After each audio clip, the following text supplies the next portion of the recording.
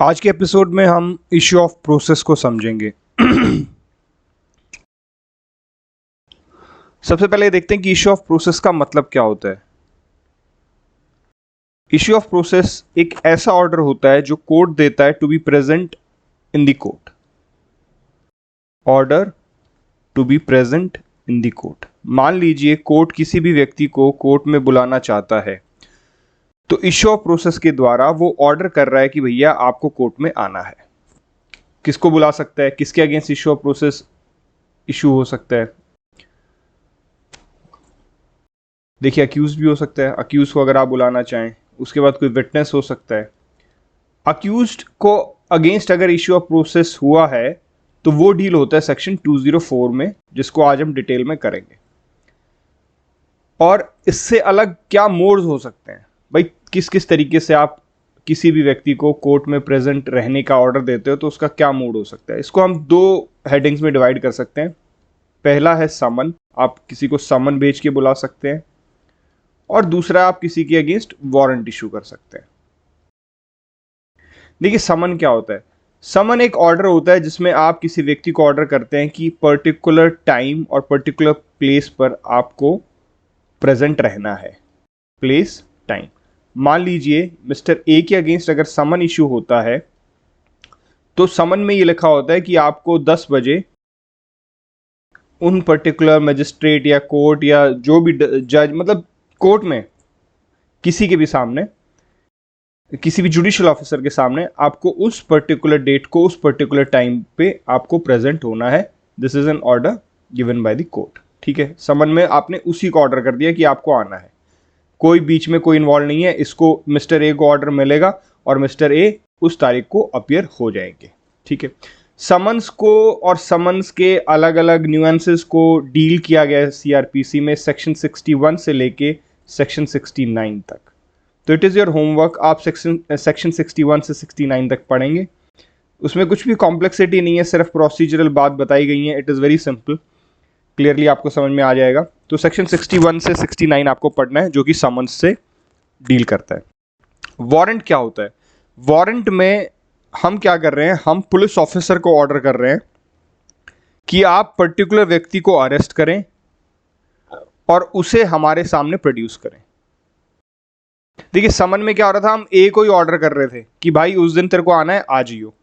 अब हमें ए को ए के अगेंस्ट अरेस्ट वारंट करना है, तो हम ए को कुछ नहीं कह रहे हैं। हम क्या कर रहे हैं, हम पुलिस ऑफिसर को ऑर्डर कर रहे हैं कि ए को अरेस्ट करें और अरेस्ट करने के बाद हमारे सामने उसे प्रोड्यूस कर दिया जाए। वारंट डील होते हैं सेक्शन 70 से लेकर 81 तक। तो again this is again your homework, आप सेक्शन 70 से लेके 81 तक पढ़ेंगे। तो कुल मिलाकर आपको सेक्शन 61 से लेके सेक्शन 81 तक पढ़ना है। 61 से 69 समन्स के बारे में बात कर रहा है और 70 से 81 वारंट के बारे में बात कर रहा है। ये आपका होमवर्क है, ये सेक्शंस आप पढ़ के आपको पढ़ना है। ठीक है, चलिए अब आगे चलते हैं।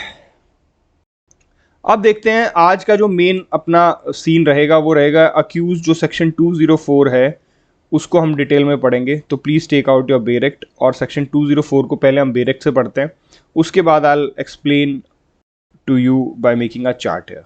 ठीक है, तो please take out your bare act, section 204।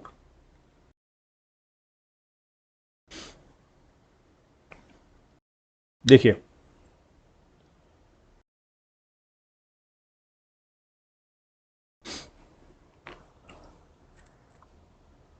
subsection 1, if in the opinion of a magistrate taking cognizance of an offence there is sufficient ground for proceeding and the case appears to be summons case, he shall issue his summons for the attendance of the accused। सबसे पहले देखते हैं magistrate after taking cognizance. भाई पहले तो cognizance लेना पड़ेगा ना। अगर कॉग्निजेंस ले लिया है ऑफेंस का, उसके बाद ही आप इश्यू ऑफ प्रोसेस कर सकते हैं। ठीक है, अब कॉग्निजेंस ले लिया, इसको अगेन 204 को भी इन्होंने दो पार्ट में डिवाइड कर दिया। पहला ये बोल रहा है समन्स केस। अगर जो मामला है वो समन्स केस है, उसमें मजिस्ट्रेट साहब इश्यू ऑफ प्रोसेस में क्या इशू करेंगे? समन्स। और जो इंपॉर्टेंट बात है यहां पर मार्क करने की वो है शैल, कि समन्स के मामले में, समन्स केस के मामले में, मेरे कहने का मतलब है समन्स केस के मामले में सिर्फ और सिर्फ क्या इशू हो सकता है, समन इशू हो सकता है, because they have used the word shall. ठीक है, लेकिन आप एक बात सोचिए, मान लीजिए आपने मिस्टर ए को आपने समन इशू कर दिया। अब समन में तो आप उसी को ऑर्डर कर रहे हैं कि आपको उस डेट को, उस पर्टिकुलर टाइम पे, उस पर्टिकुलर प्लेस पे आपको प्रेजेंट होना है। अब मिस्टर ए आपके समन को मान ही नहीं रहे हैं, he is not appearing on that particular date. आपने फिर से समन इशू किया, फिर भी अपियर नहीं हो रहा है, तो ऐसे तो दिक्कत आ जाएगी, क्योंकि 2041 के ए में लिखा है कि समन्स केस में आप सिर्फ और सिर्फ समन इशू करेंगे, because the word shall is used. अब अगर समन्स केस है और मिस्टर ए अपियर ही नहीं हो रहे हैं और आप सिर्फ और सिर्फ शैल समन इशू करेंगे तो दिक्कत हो जाएगी। तो इसका क्या सेफगार्ड है? इसका सेफगार्ड निकाला सेक्शन 87 में। एक बार सेक्शन 87 देखेंगे, अभी के लिए आप इतना ध्यान रखिएगा, सेक्शन 87 में इसका सेफगार्ड है। क्या है वो अभी हम थोड़ी देर में इस पर वापस आएंगे, अभी सेक्शन 204 को हम आगे पढ़ते हैं। ठीक है, तो ये क्लियर हो गया कि समन केस में समन ही इशू हो सकते हैं। अब आज ये वारंट केस, वारंट केस में क्या कह रहा है, ही मे आ गया। देखिए अब ये क्या कर दिया इन्होंने डिस्क्रिशन दे दिया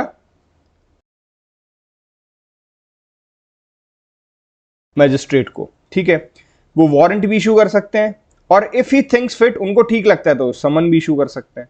ठीक है, तो समन केस में क्या था कि सिर्फ और सिर्फ समन इशू हो सकता है, वारंट इशू हो ही नहीं सकता। लेकिन वारंट केस में समन भी इशू हो सकता है और वारंट भी इशू हो सकता है। ठीक है, इसमें इतना ही है मार्क करने का, आगे चलते हैं। 2, no summons or warrant shall be issued against the accused under subsection 1 until a list of the prosecution witness has been filed। देखिए until, इसको मार्क कर लीजिए, until a list of the prosecution witness has been filed। Clear ये बात बोली जा रही है कि तब तक मजिस्ट्रेट साहब ना तो समन इशू करेंगे और ना ही वारंट इशू करेंगे। कब तक नहीं करेंगे? जब तक कि प्रोसिक्यूशन अपने विटनेसेस की लिस्ट ना दे दे। देखिए हो क्या रहा है कि मजिस्ट्रेट ने कॉग्निजेंस ले लिया, अब मजिस्ट्रेट उसको आगे प्रोसीड कर रहे हैं, फर्दर प्रोसीडिंग कर रहे हैं, जिसमें हम बोल रहे हैं इशू ऑफ प्रोसेस। अब भैया अक्यूज को बुला लीजिए। लेकिन 204 का सबसेक्शन 2 ये कह रहा है ये इशू ऑफ प्रोसेस आप तब तक नहीं करेंगे जब तक प्रोसिक्यूशन अपनी विटनेसेस की लिस्ट ना दे दे। भाई प्रोसिक्यूशन आपको उस लिस्ट में ये ना बता दे कि मैं मिस्टर ए को, बी को, सी को, डी को, इस तरीके से इन लोगों को अपने इस केस में अपने सपोर्ट में विटनेसेस बुलाऊंगा, ये लिस्ट उनको देनी पड़ेगी। इसका लॉजिक क्या है? देखिए इसका लॉजिक सिंपल सा है, जब अक्यूज इश्यू ऑफ प्रोसेस के बाद कोर्ट में आता है, मैजिस्ट्रेट के सामने जब वो अपीयर होगा, तो सबसे पहले उसे क्या किया जाता है, उसको विटनेसेस की लिस्ट पकड़ाई जाती है कि ये विटनेसेस आपके अगेंस्ट इस्तेमाल करेगा प्रोसिक्यूशन, प्लस उसको सारे डॉक्यूमेंट्स दिए जाते हैं और जो भी रिलेवेंट डॉक्यूमेंट्स हो। अब इनके बेस पर, ये जो प्रोसिक्यूशन की लिस्ट है प्लस डॉक्यूमेंट्स, इनके बेस पर अक्यूज जो है वो अपना डिफेंस तैयार करेगा। बिकॉज हमें अक्यूज को एक प्रॉपर अपॉर्चुनिटी देनी है अपना बचाव करने के लिए, अपना डिफेंस तैयार करने के लिए। अब मान लीजिए आपने ये उसको दिया ही नहीं, ये लिस्ट ऑफ विटनेस आपने दी ही नहीं, तो वो अपना डिफेंस कैसे करेगा? इसलिए ये जरूरी है इश्यू ऑफ प्रोसेस करने से पहले प्रोसिक्यूशन अपना लिस्ट ऑफ विटनेसेस मजिस्ट्रेट को दे दे, कोर्ट को दे दे, उसके आने के बाद ही इश्यू ऑफ प्रोसेस होगा। अगर जब तक आपने अपनी लिस्ट नहीं दी है, इश्यू ऑफ प्रोसेस नहीं किया जाएगा। अक्यूज के अगेंस्ट ना तो समन इशू हो सकता है और ना ही वारंट इशू हो सकता है, पहले आपको प्रोसिक्यूशन लिस्ट देनी पड़ेगी। चलिए आगे चलते हैं। अच्छा इसमें यहीं पे डिस्कस कर लेते हैं। ठीक है, मान लीजिए कि प्रोसिक्यूशन ने विटनेस लिस्ट नहीं दी, नहीं सबमिट की कोर्ट में, और उसके बावजूद भी मजिस्ट्रेट साहब ने इश्यू ऑफ प्रोसेस कर दिया और अक्यूज को बुला लिया, तो भैया अब क्या होगा? सिंपल सी बात है, ये एक क्यूरेबल इरेगुलरिटी है। क्यूरेबल इरेगुलरिटी और इरक्यूरेबल इरेगुलरिटी ये हम पहले वाले एपिसोड्स में डिस्कस कर चुके हैं। क्यूरेबल इरेगुलरिटी का मतलब ये होता है कि इस इरेगुलरिटी को क्योर किया जा सकता है, इसके कारण इस इश्यू ऑफ प्रोसेस को कैंसिल नहीं किया जाएगा, fresh issue of process issue करने की जरूरत नहीं है, यहीं इसी स्टेज पर इसको क्योर किया जा सकता है। और इसको क्योर कैसे किया जाएगा? सिंपल सी बात है यार भाई, आपको किस लिए चाहिए थी प्रोसिक्यूशन लिस्ट? ताकि वो अपना डिफेंस तैयार कर सके, ठीक है। अब रूल तो ये कहता है 204 का सबसेक्शन 2 तो ये कहता है कि पहले आप प्रोसिक्यूशन लिस्ट देंगे, उसके बाद इश्यू ऑफ प्रोसेस होगा। लेकिन मान लीजिए किसी मामले में गड़बड़ी हो गई और प्रोसिक्यूशन लिस्ट नहीं दी थी, फिर भी इश्यू ऑफ प्रोसेस हो गया, तो अब इसको क्योर कैसे करें? सिंपल सी बात है, बाद में दे दीजिए। भैया पर्पस क्या था? मेन पर्पस तो ये था ना कि अक्यूज अपना डिफेंस तैयार कर सके। तो डिफेंस तैयार करने के लिए चाहिए पहले अक्यूज जब आ गया है कोर्ट में, अब उसको दे दो, आने के बाद उसको दे दो।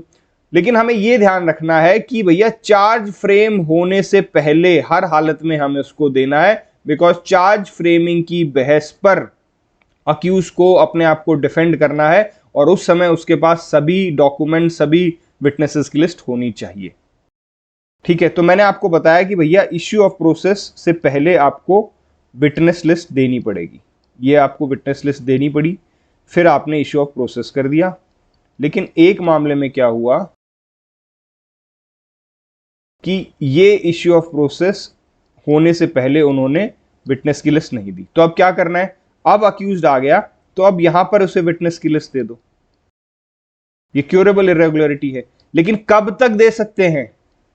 ये इसकी लिमिट आ गई, चार्ज फ्रेम होने से पहले, दिस इज द लिमिट।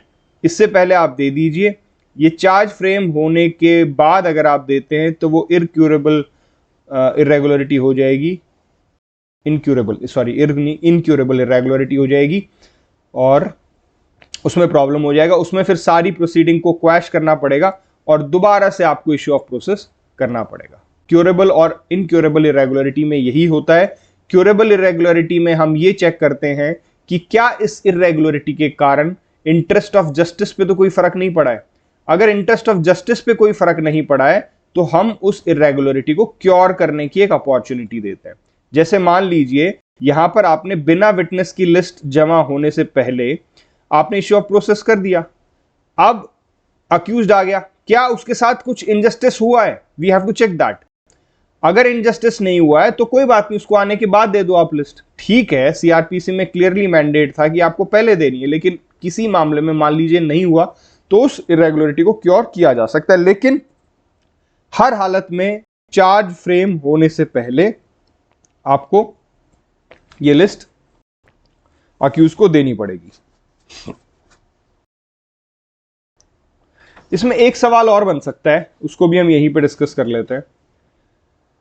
देखिए हम ये कह रहे हैं कि मान लीजिए प्रोसिक्यूशन अपनी विटनेसेस की लिस्ट दे रहा है, ये उन्होंने लिस्ट दे दी, मान लीजिए लिस्ट ए है, और उसमें उन्होंने टोटल 12 विटनेसेस बताएं कि जी हम इन विटनेसेस को अपने पक्ष में गवाही देने के लिए बुलाएंगे, अक्यूज्ड के अगेंस्ट चीजों को प्रूव करने के लिए बुलाया जाएगा, ठीक है।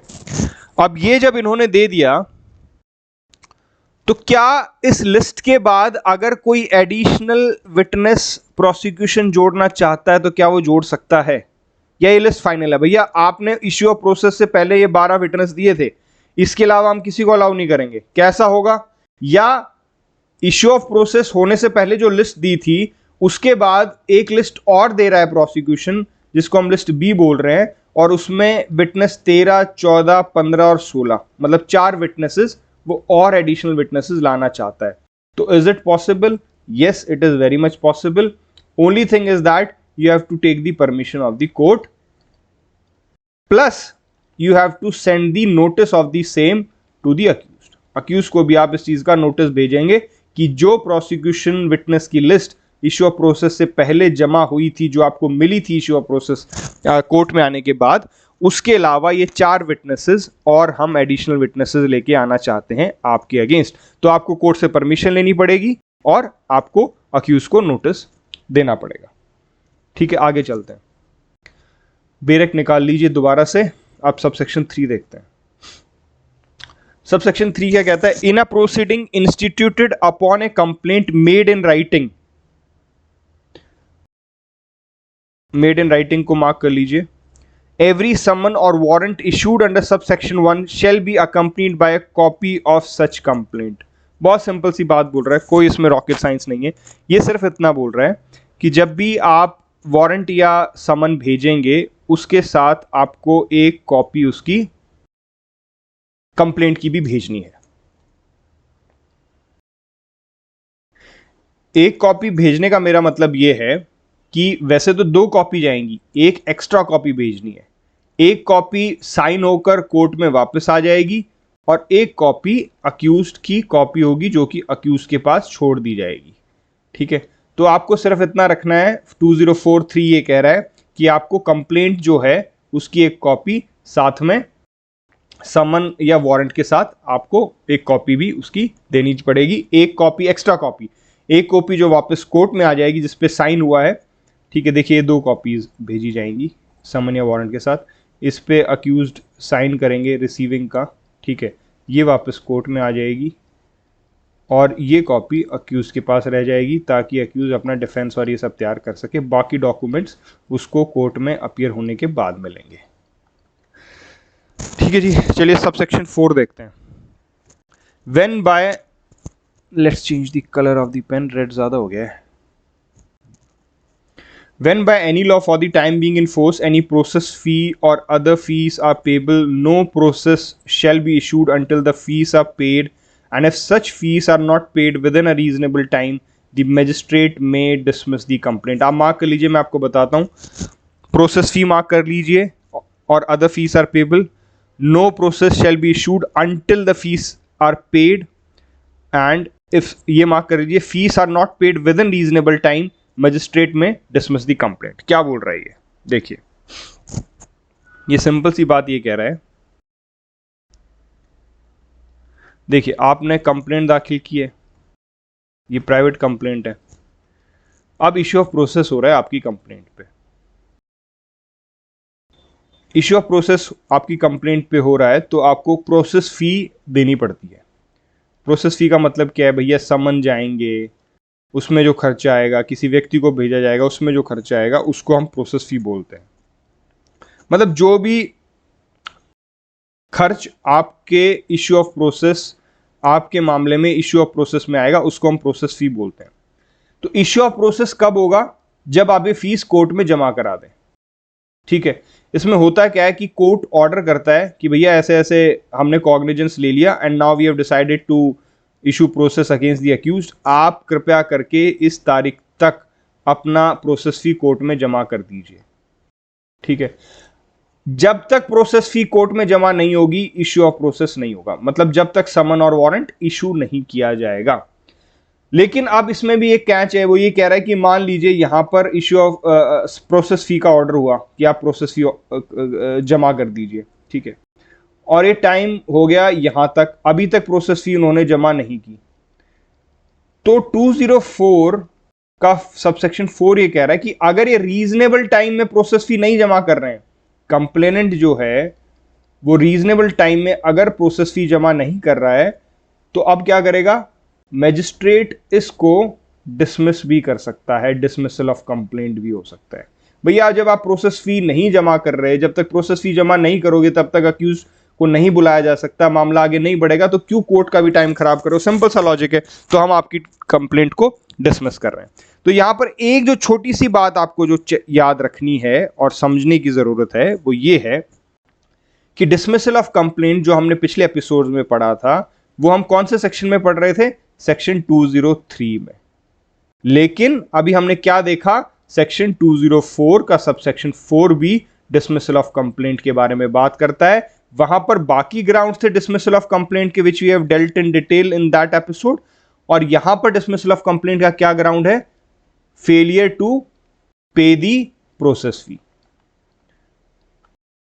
तो कुल मिलाकर अगर कंप्लेनेंट प्रोसेस फी पे नहीं कर रहा है उस मामले में भी रीजनेबल टाइम में, ऐसे नहीं कि मान लीजिए 2 दिन उसने नहीं किया और मजिस्ट्रेट साहब ने उठा के उसका कंप्लेंट जो था वो डिसमिस कर दिया, नहीं, एक रीजनेबल टाइम के अंदर अगर प्रोसेस फी जमा नहीं की जा रही है तो magistrate has the power under section 204 का सब सेक्शन 4 कि उनकी कंप्लेंट को डिसमिस किया जा सकता है, डिसमिसल ऑफ कंप्लेंट हो सकता है। तो आपको ये याद रखना है 204 के सबसेक्शन 4 में भी डिसमिसल ऑफ कंप्लेंट का जिक्र है। मेन सेक्शन जो इसका है वो 203 है, जो कि हमने पिछले एपिसोड्स में पढ़ा था।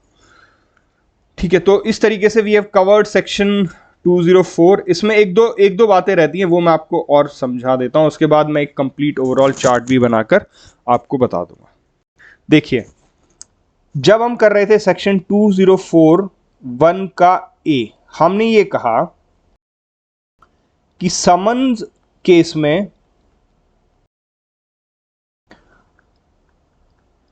शैल शब्द का उपयोग है, और शैल शब्द का उपयोग करके वो क्या कह रहे हैं कि समन्स केस में सिर्फ और सिर्फ समन इशू हो सकता है। जबकि 204(1)(b) में उन्होंने कहा अगर मामला वारंट केस का है तो डिस्क्रिशन है, मे शब्द का उपयोग किया गया, डिस्क्रिशन है, आप समन भी इशू कर सकते हैं और आप वारंट भी इशू कर सकते हैं, दैट इज योर डिस्क्रिशन। ठीक है, अब यहां पे तो कोई दिक्कत नहीं है, आपके पास दोनों पावर्स हैं, लेकिन दिक्कत यहां पर आ सकती है। जैसे मैंने आपको थोड़ी देर पहले बताया था, मान लीजिए आपने समन इशू कर दिया, लेकिन जो ए हैं अक्यूज, उन पर समन्स का कोई असर ही नहीं हो रहा और वो कोर्ट में अपीयर नहीं हो रहे हैं। लेकिन 204(1)(a) तो ये कह रहा ना भैया कि समन ही इशू हो सकते हैं और तो कुछ हो ही नहीं सकता, वारंट इशू हो ही नहीं सकते, तो ये तो प्रॉब्लम हो जाएगी। यहां पर सेफगार्ड में आता है सेक्शन 87। अब पिक्चर में आ गया सेक्शन 87, और 87 इन मामलों में एक नया फॉर्मूला निकालता है, और वो फॉर्मूला क्या है, आप प्लीज अपना बेरेक से सेक्शन 87 निकालिए। Let's check section 87। देखिए सेक्शन 87 क्या कहता है।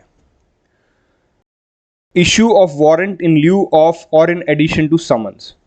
A court may, in any case in which it is empowered by this court to issue a summons for the appearance of any person, issue after recording its reasons in writing. Please mark that, issue after recording its reasons in writing a warrant for his arrest. ये कह रहा है कि जहां पर भी CrPC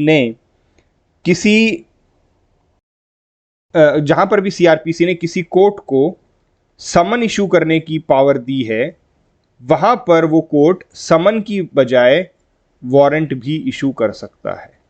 लेकिन उसने दो चीजें बोली, पहली चीज उसका रीजन रिकॉर्ड करना पड़ेगा कि आप समन की बजाय वारंट क्यों कर रहे हैं, और दूसरा उसने कंडीशंस बताई हैं कि सिर्फ इन कंडीशंस में, ऐसा नहीं कि हर कंडीशन में, ऐसा नहीं होगा कि भैया आपको इश्यू ऑफ प्रोसेस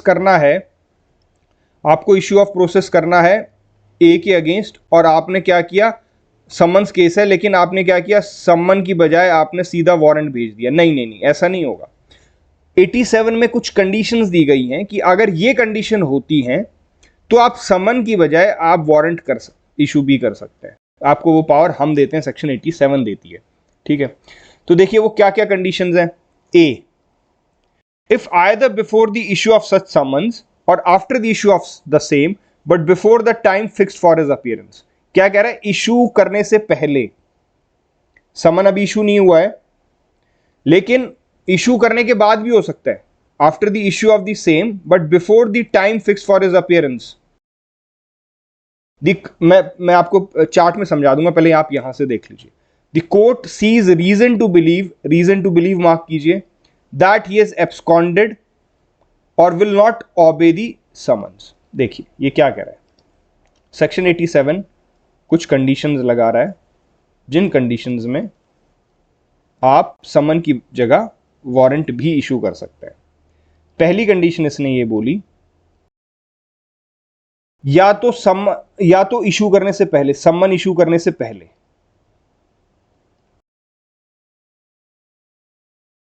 या समन आप इशू कर चुके हैं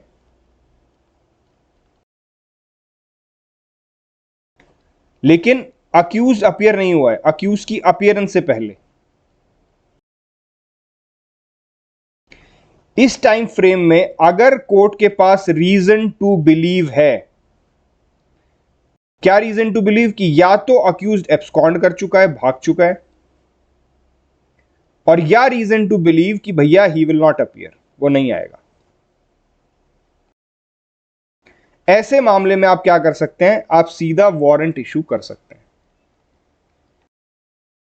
दूसरे तरीके से समझाता हूं,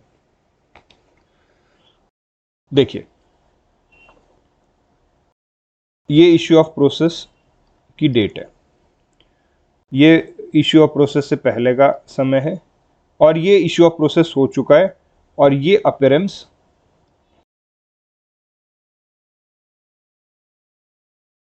की डेट है। ठीक है जी,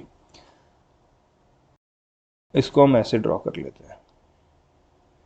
ओके, ये कह रहा है कि इश्यू ऑफ प्रोसेस से पहले, अभी आपने इश्यू ऑफ प्रोसेस नहीं किया है, उससे पहले ही आपके पास रीजन टू बिलीव है, आपको कुछ लग रहा है, कुछ रीजंस हैं, आपको किसी ने बताया है, या आपकी पर्सनल इंफॉर्मेशन है, वॉटएवर, आपके पास रीजन टू बिलीव है कि या तो अक्यूज्ड एब्सकॉन्ड कर चुका है, भाग चुका है, या अक्यूज्ड अपीयर नहीं होगा। तो आप सीधा क्या करेंगे, इश्यू ऑफ प्रोसेस जब आप करेंगे तो आप समन की बजाय वारंट सीधा इशू कर देंगे।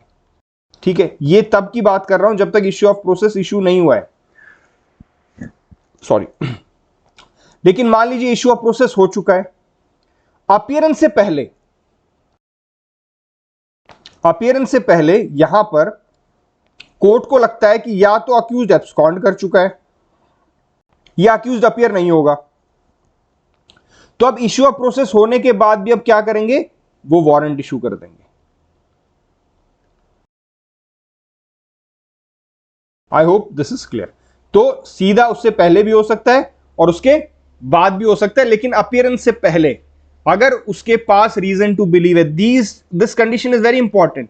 अगर रीजन टू बिलीव है ही नहीं, भैया मजिस्ट्रेट साहब के पास या कोर्ट के पास कोई भी रीजन टू बिलीव नहीं था कि उस मामले में अक्यूज्ड एब्सकॉन्ड हुआ है या वो अपीयर नहीं होगा। अक्यूज मान लीजिए अक्यूज मिस्टर ए बहुत सीधे साधे आदमी है, वेरी नाइस जेंटलमैन, ठीक है, लेकिन फिर भी उनके अगेंस्ट एक्यूजेशन है, कोई बात नहीं, हो जाता है, ठीक है, वो बहुत अच्छे आदमी है। लेकिन अब हुआ क्या कि उनके अगेंस्ट इश्यू ऑफ प्रोसेस हो गया। तो अच्छे आदमी, आपके पास कोई रीजन टू बिलीव थोड़ी ना आपके पास कोई जानकारी है, ना प्रोसिक्यूशन ने कुछ कहा, ना कंप्लेनेंट ने कुछ कहा, आपके पास भी कोई जानकारी नहीं, समाज में इज्जतदार व्यक्ति भी है, आपके पास कोई रीजन टू बिलीव नहीं है कि वो एब्सकॉन्ड कर चुका है या वो अपीयर नहीं होगा, जबकि आप भली बात ही जानते हैं कि वो अपीयर होगा, बड़ा सज्जन व्यक्ति है। ऐसे मामले में आप वारंट इशू नहीं करेंगे, नहीं नहीं नहीं। क्यों? ऐसे मामले में सेक्शन 2041A क्या कहता है, सिर्फ और सिर्फ समन्स केस में समन इशू होगा। 87 पिक्चर में कब आता है, जब कंडीशंस पूरी हों। और कंडीशन क्या है, पहली कंडीशन कि भैया आपके पास रीजन टू बिलीव है कि या तो अक्यूज एब्सकॉन्ड कर चुका है या वो अपीयर नहीं होगा। This is condition number 1। अब हम आते हैं कंडीशन नंबर 2 पे। If at such time he fails to appear and the summons is proved to have been duly served in time to admit of his appearing in accordance therewith and no reasonable excuse is offered for such failure, fails to appear को mark कर लीजिए यहां पर, and no reasonable excuse is offered for such failure। ठीक है, अब देखिए क्या हो रहा है। आपने समन इशू किया था, ठीक है, और ये डेट ऑफ अपीयरेंस थी, लेकिन डेट ऑफ अपीयरेंस को ही फेल्स टू अपीयर। ठीक है, अब फेल्स टू अपीयर, अगर उसने कुछ रीजनेबल कोई कॉज दे दिया तो ठीक है, लेकिन अगर कोई रीजनेबल कॉज भी नहीं दे रहा है अक्यूज, तो अब क्या करेगा कोर्ट, समन्स मामले में भी वारंट इशू कर देगा। क्योंकि हमने कुल मिला के 87 पर हम क्यों पहुंचे थे, 87 पे हम इसलिए पहुंचे थे ना कि मान लीजिए भैया अक्यूज्ड आ ही नहीं रहा है, मिस्टर ए जो अक्यूज्ड हैं वो आ ही नहीं रहे हैं, समन्स का वो, क्योंकि समन में तो आप अरेस्ट कर ही नहीं रहे, समन में तो आप उसको सिर्फ ऑर्डर कर रहे हैं कि आपको उस तारीख को इतने बजे यहां पर आना है, लेकिन अब नहीं आ रहे हैं, तो नहीं आ रहे हैं तो क्या करें, 87 बताता है क्या करें, 87 कहता है ठीक है नहीं आ रहे तो वारंट इशू कर दो। ठीक है, तो 87 जब कह रहा है कि समन की जगह आप वारंट कर सकते हैं, उसमें उसने कंडीशंस दी हैं, कंडीशन ए और कंडीशन बी। तो बी कंडीशन हमने देखी है अभी कि डेट ऑफ अपीयरेंस निकलने के बाद भी वो फेल हो जाता है अपीयर होने में, और उसके पास कोई रीजनेबल कॉज नहीं है, वो कोई रीजनेबल कॉज नहीं दे रहा है, तो आप भैया इसके अगेंस्ट वारंट इशू कर दो। It is as simple as that. इस तरीके से हमने सेक्शन 87 भी कर लिया है। अब एक छोटा सा रिकैप कर लेते हैं इस सारे ब्रॉड एरिया का। देखिए 204 क्या कह रहा है, 204 इशू ऑफ प्रोसेस के बारे में बात कर रहा है। किसके against issue of process? Accused के अगेंस्ट। ठीक है जी। और ये कह रहा है कि पहले तो हम देखते हैं मोड, किस मोड में होगा। मोड में कह रहा है सेक्शन 204 के 1 में मोड दिए गए हैं। ए में कहता है कि समन्स अगर मामला है, समन्स केस है, तो शैल समन्स ही होंगे। ठीक है जी।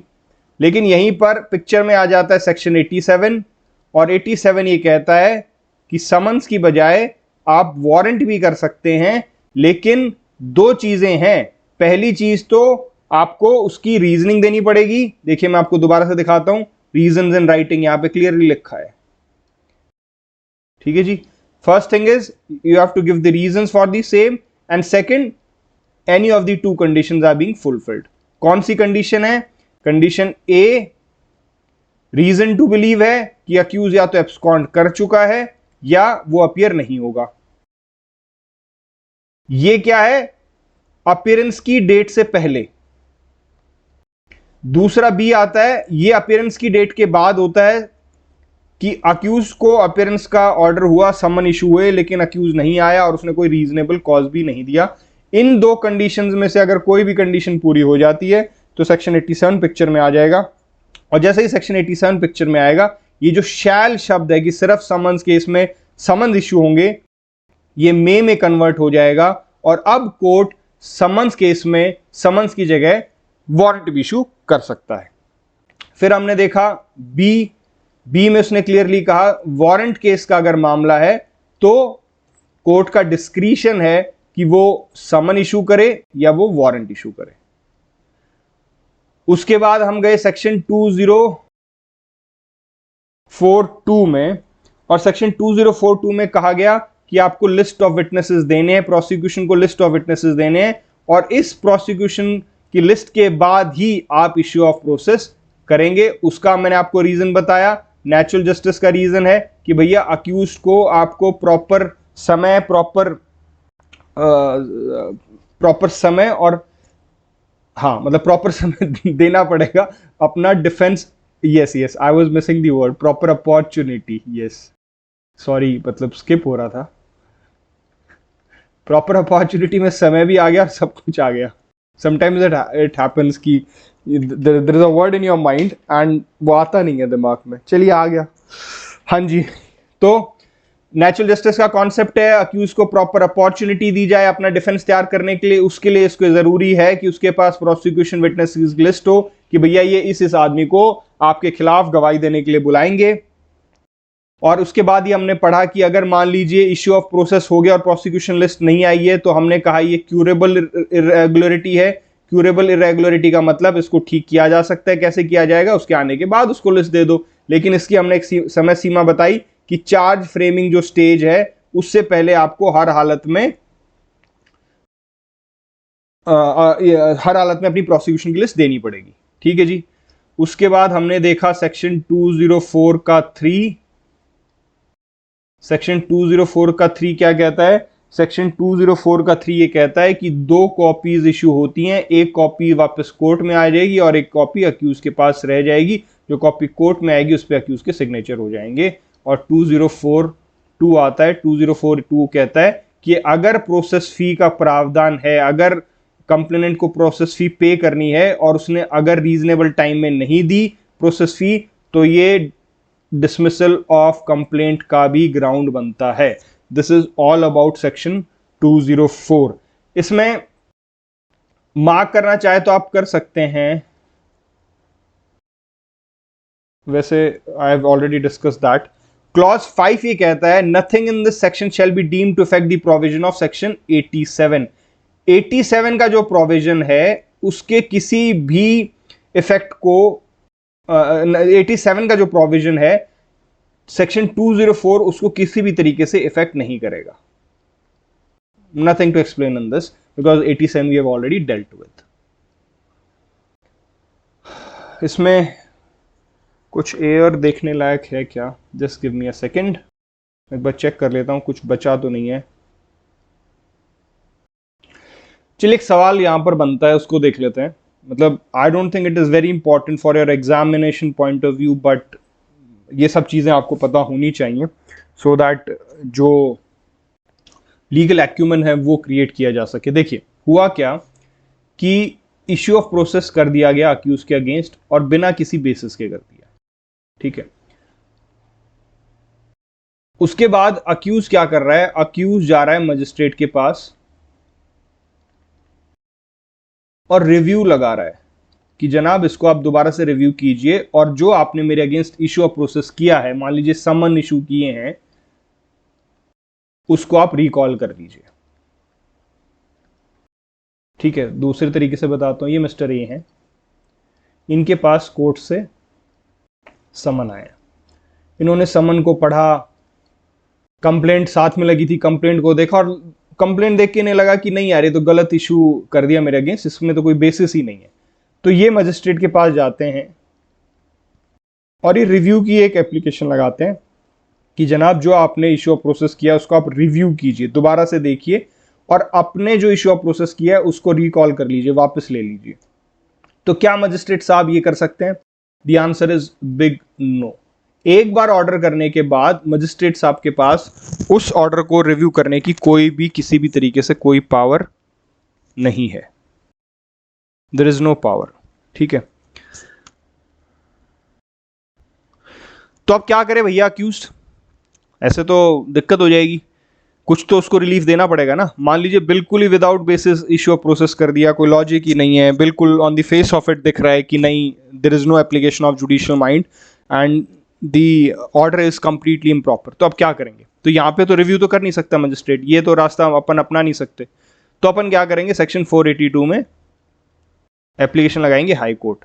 सेक्शन 482 क्या है? Inherent powers of the high court. High court को जो हमने इनहेरेंट पावर्स दी गई हैं जस्टिस करने के लिए, उसमें हम एक एप्लीकेशन लगा देंगे और सिर्फ हाई कोर्ट के पास पावर है सेक्शन 482 में कि वो इस इश्यू ऑफ प्रोसेस को रिकॉल कर सके। मजिस्ट्रेट के पास किसी भी तरीके की कोई पावर नहीं है। ये एग्जामिनेशन पॉइंट के लिए again it is not very important, ठीक है, लेकिन आपको पता होना चाहिए।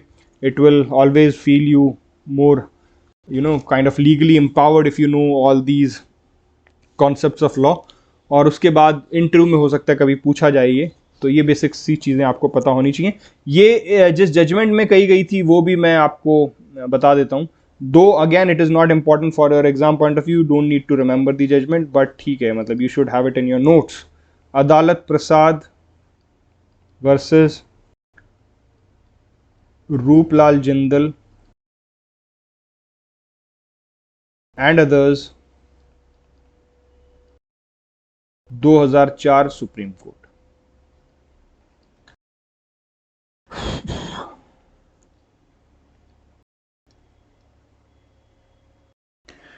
एक छोटा सा कॉन्सेप्ट और देख लेते हैं, and again it is not very important for exam point of view but it is good to understand this.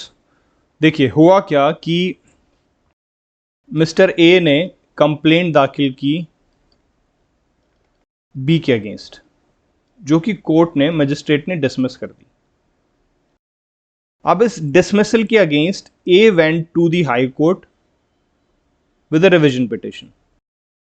High court में उन्होंने रिवीजन फाइल कर दी। अब रिवीजन क्या होता है? दिस इज योर होमवर्क, क्योंकि मैं जब अपील रिवीजन रेफरेंस ये सब डिटेल में पढ़ाऊंगा then I will explain it to you. उससे पहले आप इतना समझ लीजिए, मतलब मैं कुछ भी नहीं समझा रहा हूँ, इसको आपको खुद देखना है, ठीक है। लेकिन इतना अभी यहाँ पे समझ लीजिए कि जो मजिस्ट्रेट साहब ने कंप्लेंट को डिसमिस किया है, इसके अगेंस्ट में आप हाई कोर्ट में रिवीजन के लिए जा सकते हैं, ठीक है, अंडर सेक्शन 401। अब जब आप रिवीजन में गए तो हुआ क्या कि हाई कोर्ट ने आपकी कंप्लेंट को रिस्टोर कर दिया, वो जो डिसमिस हो गई थी उसको रिस्टोर कर दिया और वापस मजिस्ट्रेट के पास भेज दिया कि इसमें आप दोबारा से सुनवाई कीजिए। अब मेरा सवाल ये बनता है कि जब ये वापस मजिस्ट्रेट के पास आ गई है तो क्या अक्यूज्ड को यहां पर अपनी बात रखने का मौका दिया जाएगा? Will accused be given an opportunity of being heard? The answer is no. सवाल ये उठता है कि ये सवाल बना कैसे? सवाल इसलिए बना क्योंकि जो सेक्शन 401 है उसका सब सेक्शन 2 ये कहता है कि जब भी रिवीजन की एप्लीकेशन पर हाई कोर्ट सुनवाई करेगा तो अक्यूज्ड को एक अपॉर्चुनिटी दी जाएगी अपना पक्ष रखने के लिए। ठीक है, एक बार सेक्शन 401 निकालिए आप, उसका सब सेक्शन 2 देखिए क्या कहता है। No order under this section shall be made to the prejudice of the accused or other person unless he has had an opportunity of being heard either personally or by pleader in his defense. Sorry. Clearly बोल रहा है कि जब तक आप उस व्यक्ति को जिसके अगेंस्ट आप ऑर्डर करने जा रहे हैं उसको आप अपॉर्चुनिटी नहीं देंगे तब तक आप कोई ऑर्डर नहीं करेंगे। तो हुआ क्या? Again let me explain to you in a different way. देखिए हुआ क्या, ये आपकी जो कंप्लेंट थी डिसमिस हो गई, आप चले गए जी रिवीजन फाइल की आपने हाई कोर्ट में।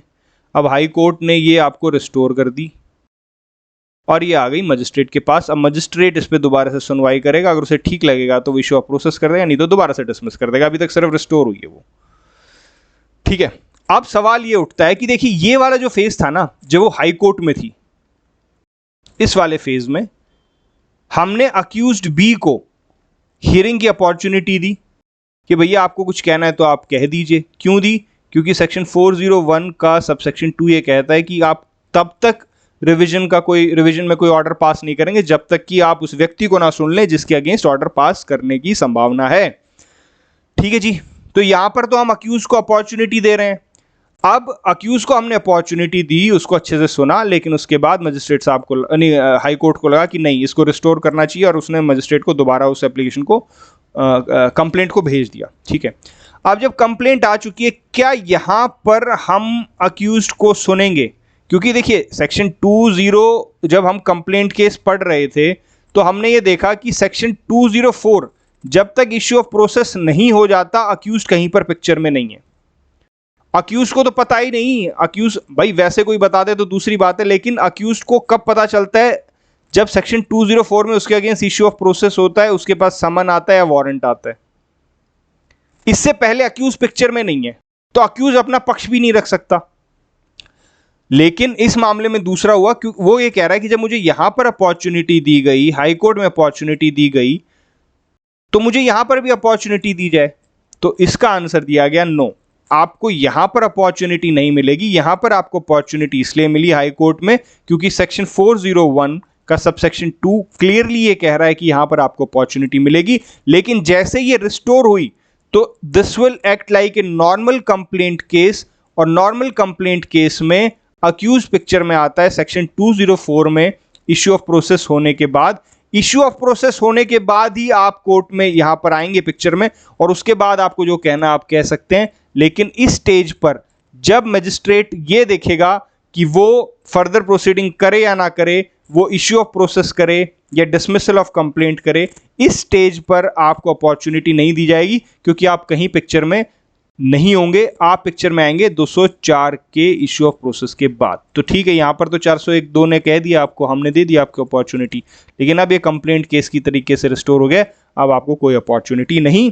ये बात कही गई थी। मैं जजमेंट का साइटेशन दे देता हूं, again not important, you can just note it down in your notes. आप सिर्फ रख सकते हैं इस फैक्ट को, लेकिन मुझे नहीं लगता यार ये चीज़ें वो एग्जाम में पूछेगा। हाँ मतलब दिल्ली जैसे पेपर में पूछी जा सकती हैं, बिकॉज दिल्ली का पेपर थोड़ा सा ज़्यादा टेक्निकल और कॉन्सेप्चुअल आता है, लेकिन बाकी जगह मुझे नहीं लगता ये चीज़ें पूछी जाएंगी। पर फिर भी you can just note it down in your notes. Priyanka Srivastava versus state of UP 2015 supreme court.